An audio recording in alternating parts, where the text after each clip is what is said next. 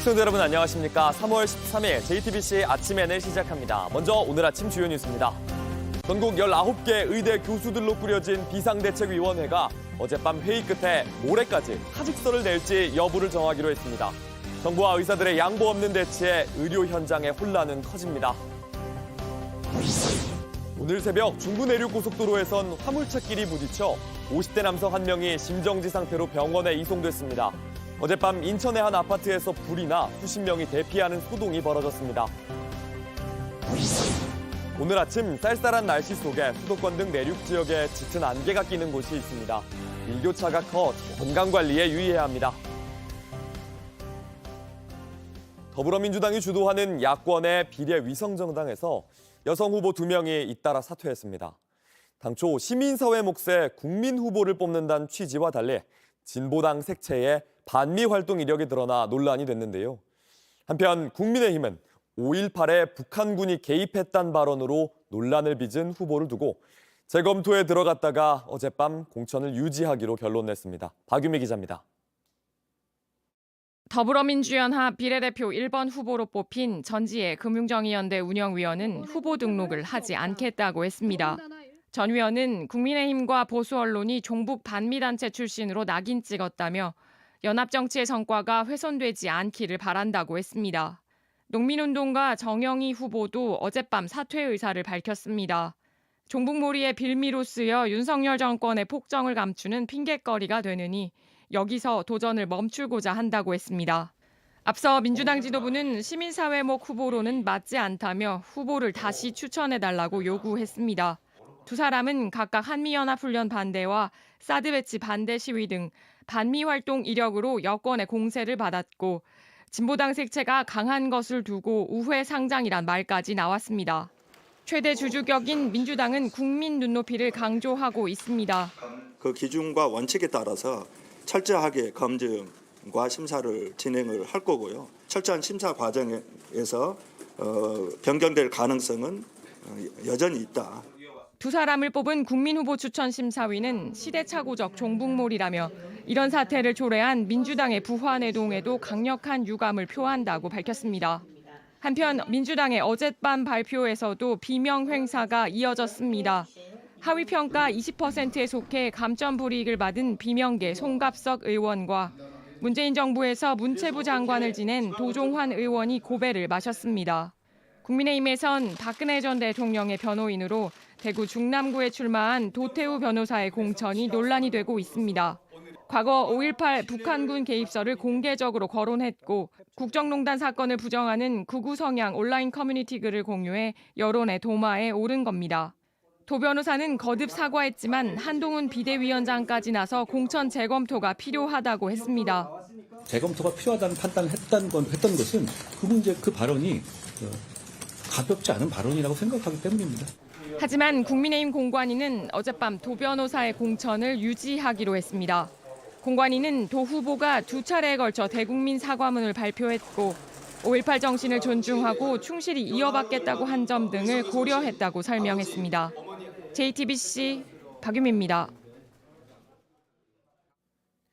밤사이 전국 19개 의대 교수들이 회의를 열고 사직서를 제출할 것인지 모레까지 답을 내기로 했습니다. 전공의와 의대생의 교수들까지 집단 행동에 동참하면서 정부와 의사들의 양보 없는 대치가 이어지고 있는데요. 의료 현장의 혼란은 커지는 상황입니다. 윤정식 기자입니다. 전국 19개 의과대학 비상대책위원회가 어젯밤 온라인 회의를 열었습니다. 비대위는 모레 15일까지 각 대학 교수와 수련병원 임상진료 교수들의 의사를 물어 사직서를 제출할지 결정하기로 했습니다. 울산대, 서울대 등 이미 전원 사직서 제출을 결의하는 의대도 잇따르고 있습니다. 서울대, 연세대, 가톨릭대 등 19개 의대 교수들은 전국 의과대학 교수 비대위를 만들고 전공의 사법 조치와 의대생 집단 유급 등 정부의 강경 방침에 공동 대응하겠다고 밝혔습니다. 정부는 의사들의 집단 행동에 대한 압박을 이어가고 있습니다. 교육부는 대학들이 의대생 동맹 휴학을 승인해주면 휴학 승인 절차에 대한 점검이 이뤄질 수 있다고 경고했습니다. 윤석열 대통령도 의료개혁을 원칙대로 신속하게 추진하라고 거듭 강조했습니다. 이런 가운데 경찰은 전공의 집단 행동을 부추긴 혐의로 고발된 의협 집행부를 14시간가량 조사했습니다. 또 저희들이 왜 이럴 수밖에 없는가에 대한 말씀을 좀 드렸고, 그리고 전공의 선생님들이 미래가 없기 때문에 스스로 사직하시고 떠나신 부분에 대한 이야기들, 그런 부분에 대해서. 정부와 의료계의 강대강 대치가 계속되면서 환자들의 피해는 계속될 전망입니다. JTBC 윤정식입니다. 밤사이 사건 사고 소식입니다. 중부 내륙고속도로를 달리던 화물차끼리 부딪혀 한 명이 심정지 상태로 병원에 옮겨졌습니다. 충남 천안에서도 추돌 사고가 났고 인천의 한 아파트 옥상에선 화재로 주민들이 대피하는 소동이 있었습니다. 박사라 기자입니다. 7.5톤짜리 화물차 한 대가 형체를 알아보기 어려울 정도로 파손됐습니다. 앞서 가던 23톤짜리 화물차를 들이받은 겁니다. 사고는 오늘 새벽 1시쯤 경북 상주시 중부내륙 고속도로 북상주 나들목 근처에서 발생했습니다. 이 사고로 7.5톤 화물차를 몰던 50대 남성이 심정지 상태로 병원으로 옮겨졌고 23톤 화물차 운전자도 다쳐 치료를 받고 있습니다. 경찰은 운전자의 과속, 급정지 여부 등을 포함해 정확한 사고 원인을 조사하고 있습니다. 택시 뒷부분이 파손된 채 도로에 놓여 있습니다. 앞서 가던 택시를 트레일러 한 대가 들이받은 건데 트레일러 차량 앞부분도 파손됐습니다. 사고가 난 건 오늘 새벽 1시쯤 충남 천안 경부고속도로 서울 방향 입장휴게소 근처에서입니다. 이 사고로 택시를 운전하던 60대 남성이 경상을 입고 병원으로 옮겨졌습니다. 경찰은 졸음 운전을 했다는 트레일러 운전자의 진술을 토대로 정확한 사고 경위를 조사하고 있습니다. 어젯밤 8시 10분쯤 인천 서구의 한 25층 아파트 옥상에서 불이 났습니다. 불은 30분 만에 꺼졌지만 주민 수십 명이 대피하는 소동이 벌어졌습니다. 소방당국은 주민들이 옥상에 있던 화로에 불을 피우다 불이 난 것으로 파악했습니다. JTBC 박사라입니다. 바이든 미국 대통령을 기억력 나쁜 노인이라고 한 수사보고서로 논란이 됐던 로버트 허특검이 청문회장에 나왔습니다. 한국계인 허특검은 자신의 뿌리와 한국 전쟁까지 강조하며 공정하게 수사했다고 했습니다. 워싱턴 김필규 특파원입니다. 미 하원 법사위 청문회에 증인으로 나온 로버트 허특검은 수사보고서에서 대통령의 기억력을 언급한 이유를 설명했습니다. My task was to determine whether the president retained or disclosed national defense information willfully. I could not make that determination without assessing the president's state of mind. 바이든 대통령의 기밀 유출, 불법 보관 의혹을 수사한 허특검은 지난달 8일 최종 보고서를 냈습니다. 기소할 사안은 아니란 결론이었지만 바이든을 기억력 나쁜 노인으로 표현했습니다. 장남의 사망 연도도 기억 못했다고 해 바이든 대통령의 고령 논란을 키웠습니다. 허특검은 불기소 결정의 배경을 설명하기 위해 불가피한 내용이었으며 평가는 정확하고 공정했다고 항변했습니다. 이날 보고서의 결론을 마음에 들어하지 않는 정치인들의 집중적인 공격을 받았지만 허특검은 자신의 뿌리를 설명하며 스스로를 변호했습니다. 1973년 뉴욕에서 태어나 하버드와 스탠퍼드대 로스쿨을 졸업한 허특검은 메릴랜드 연방지검장을 지냈습니다. 그는 이민자의 아들로서 감사한 마음으로 직을 수행해 왔다고 했습니다. My parents grew up in Korea and were young children during the Korean War. My father remembers being hungry and grateful for the food that American GIs shared with him and his siblings. 또 이번 수사의 결론에 아무런 정치적 배경이 없다는 점도 강조했습니다. No matter the role, no matter the administration, I have applied the same standards and the same impartiality. My respect for the Justice Department and my commitment to this country are why I agreed to serve as special counsel. 워싱턴에서 JTBC 김필규입니다. 시민들과 마지막 인사를 했던 판다 푸바오. 다음 달 중국으로 떠나보내는 것이 아쉬운 팬들 여전히 많은데요. 단 5분을 위해 6시간도 기다렸던 푸바오에 대한 한국의 남다른 애정이 해외에서도 화제입니다. 로스앤젤레스에서 홍지은 특파원입니다. 한국에서 태어난 1호 자이언트 판다 푸바오. 행복을 주는 보물이라는 뜻처럼 3년 동안 관람객들을 만나며 많은 사랑을 받아왔습니다. 지난 3일 푸바오와 마지막 인사를 나누기 위해 많은 인파가 몰렸습니다. 아침에 새벽 5시 반부터 와서 기다렸고 이제 푸바오가 마지막이라고 해가지고 이제 가면은 언제 볼지 모르니까 아쉬워서 왔어요. 해외 매체도 푸바오에 대한 한국인의 남다른 애정에 주목했습니다. CNN은 현지 시간 11일 한국 최초의 유명인사 판다 푸바오가 중국으로 향하자 한국인들이 슬퍼하고 있다라는 제목의 기사를 보도했습니다. 특히 푸바오가 일반인에게 공개된 마지막 일주일 동안 작별 인사를 하려 몰려든 방문객들은 푸바오를 단 5분 보기 위해 5시간에서 6시간도 기꺼이 기다렸다며 아쉬워하는 한국인들의 모습을 전했습니다. 또 최근 푸바오 영상에는 어려운 코로나 시기에 찾아온 보물이라는 댓글도 소개했습니다. CNN은 푸바오 할아버지로 SNS 스타가 된 강철원 사육사의 이야기도 전했습니다. 이 밖에 인도 매체 NDTV도 한국의 특별한 푸바오 작별 행사를 다뤘습니다. 로스앤젤레스에서 JTBC 홍지은입니다. 사과값이 끝이 없이 올라가고 있습니다. 한국농수산식품유통공사에 따르면 어제 사과 10kg당 도매 가격은 91,700원으로 1년 전 41,060원보다 2배 넘게 올랐습니다. 사과 도매가는 지난 1월 17일 사상 처음으로 9만 원을 넘겼고 이달 초 9만 원 선을 웃돌고 있습니다. 배 도매 가격은 15kg당 10만 원을 넘었습니다. 사과와 배 소매 가격은 정부 할인 지원으로 최근 상승세가 주춤했지만 생산량이 줄어든 걸 고려하면 가격이 다시 오를 가능성도 있습니다.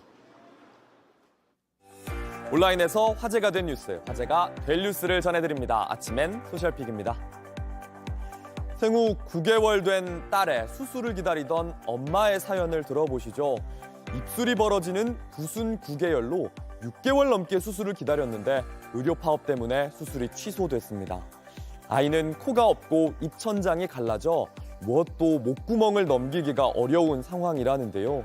소셜미디어에선 병원에서 겪은 일이 적혔습니다. 그저 기다리겠다는 말에 의사는 기다려서 뭘 어쩌신다는 거냐, 다른 병원을 알아봐라 이렇게 말했고 복도에서 주저앉을 수밖에 없었다고 합니다. 제발 수술해달라고 붙잡았지만 알아서 하시고 가라 이런 말이 돌아왔습니다. 일주일이 지났는데도 여전히 병원마다 수술이 어렵다면서 보건복지부에 사정해도 지자체에 전하기는 하지만 알아서 병원을 찾아야 한다 이런 답변이었습니다. 형편이 되면 일본이든 어디든 가서 수술을 받을 텐데 그것도 안 돼서 미안하다. 이 마지막 글은 절규처럼 들립니다. 보호자는, 엄마는 아이를 위해 무엇을 해야 하느냐며 누구라도 도와달라고 물었습니다. 여성 혐오 발언으로 인플루언서가 된 앤드루 테이트가 루마니아 법원에서 영국으로 송환될 예정입니다. 2017년부터 루마니아에서 사는 앤드루는 성폭행과 인신매매 등의 혐의로 재판을 앞뒀습니다. 소셜미디어에서 약 900만 팔로워를 가진 인플루언서인데 그간 화제가 된 건 이런 말들이었습니다. Female. And I sat there and I thought, how are women allowed to drive? A body count is probably the #1 most easiest way to judge the value of a female, as does a man. Whereas a man, if he sleeps with a bunch of chicks, doesn't matter, who cares?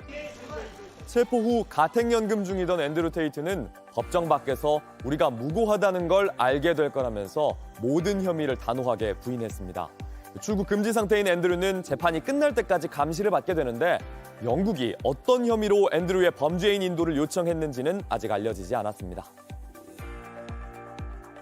좋아하는 캐릭터를 가장 가까이에서 볼 수 있는 방법, 피규어라고 이야기합니다. 영화 타짜의 정마담이 피규어로 탄생했는데 배우 김혜수도 깜짝 놀랄 정도였네요. 타짜의 가장 유명한 캐릭터 중 하나 정마담이 다리를 꼰 채 책상에 앉아 있습니다. 눈동자와 입꼬리, 피부결은 물론 액세서리나 빼놓을 수 없는 화투패까지 재현했습니다. 정말 깜짝 놀랐어요. 이렇게 앉아있다가 내려와서 저한테 걸어올 것 같더라고요. 나 여기 있는데 얘도 여기 있고 얘도 나고 나도 나고. 피규어를 만든 건 한국의 피규어 제조사인데 지금까지는 할리우드 영화 속 캐릭터들을 주로 제작해왔습니다. 한국 영화 속 캐릭터 두 번째인데요. 첫 번째는 올드보이의 오대수였고 두 번째가 타짜의 정마담. 하나하나 전설적인 캐릭터들이죠. 단 200개만 제작한 피규어는 내년 3분기나 되어야 받아볼 수가 있는데 389만 원이란 가격에도 순식간에 품절됐습니다. 내가 연기한 캐릭터가 정말로 살아있는 기분, 배우에게도 특별한 경험이었던 것 같습니다. 새로운 장르의 아트고 산업이고 완성도 있는 이 헐리우드 캐릭터들 속에서 한국 영화의 캐릭터를 만난 게 저는 너무 신선했어요.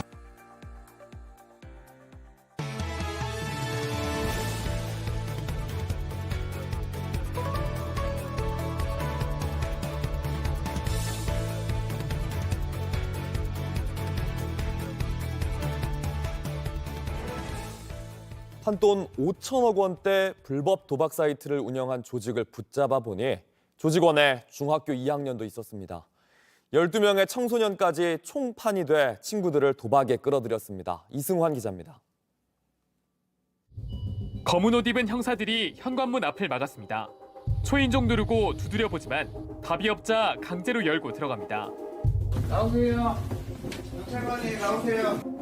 자는 척하던 남성들 침대에서 몸을 일으킵니다. 베란다에 숨은 남성은 경찰관이 끌고 나옵니다. 한돈 5천억 원대 불법 도박 사이트를 운영한 조직원들입니다. 저는 변호사님 할 수 있고 본인한테 불리한 진술하지 않을 권리 있어요. 한 달 반 뒤 서울 다른 오피스텔에도 경찰관들이 들이닥쳤습니다. 방 안 금고를 열어보니 현금 다발이 쌓여 있습니다. 10개 하고. 도박 사이트를 운영해 번 돈입니다.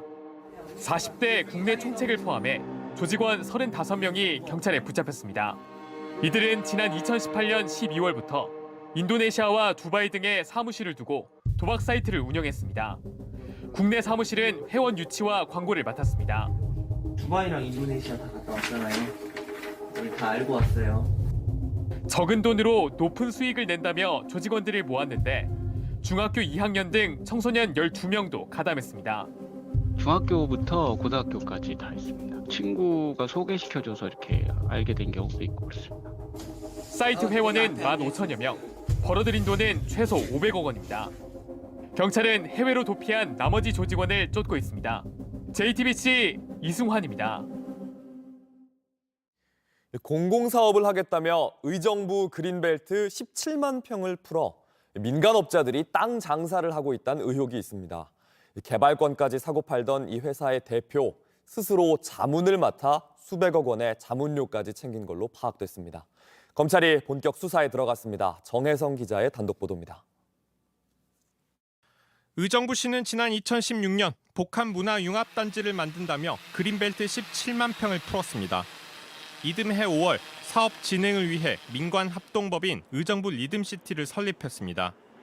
이 법인 대표로는 골프용품 회사를 운영한 황모 씨가 선임됐습니다. 선임 직후 의정부 리듬시티는 제2업체와 토지 분양 자문 계약을 맺습니다. 자문 수수료로 전체 분양 수익 3.5%를 주기로 했습니다. 제2업체 알고 보니 황 씨 업체였습니다. 셀프 자문을 맡긴 셈입니다. 자문 수수료로 240억 가까이 받는 겁니다. 개발업자들도 쉬운 게 아닌데 골프 회사가 일반적인 경우는 아니지.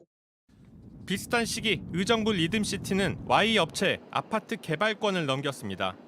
이후 Y업체는 이 개발권 대가로 165억을 챙겼습니다. Y업체 대표는 황 씨 측근이었고 황 씨 법인 지분이 있는 계열사였습니다. Y업체는 주소도 의정부 리듬시티와 같았습니다. 사실상 페이퍼 컴퍼니입니다. 의정부시 관계자는 Y업체가 사업 초기 7,500만 원을 투자했는데 몇 년 만에 220배를 벌어간 셈이라고 말했습니다. 결국 황 씨 측은 405억 현금 이익을 가져갔습니다. 어떻게 이런 일이 가능했을까?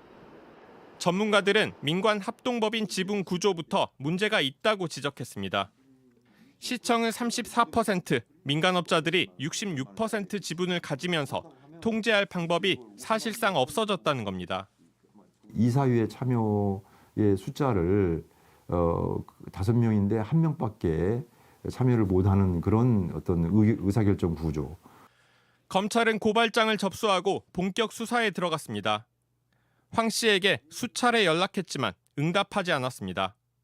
JTBC 정혜성입니다. 영화 파묘가 800만 관객을 넘겼습니다. 흥행의 바람은 해외에서도 불고 있는데요. 제목을 어떻게 지어야 하나 고민했던 인도네시아에선 역대 한국 영화 관객 수 1위를 기록했습니다. 조소희 기자입니다.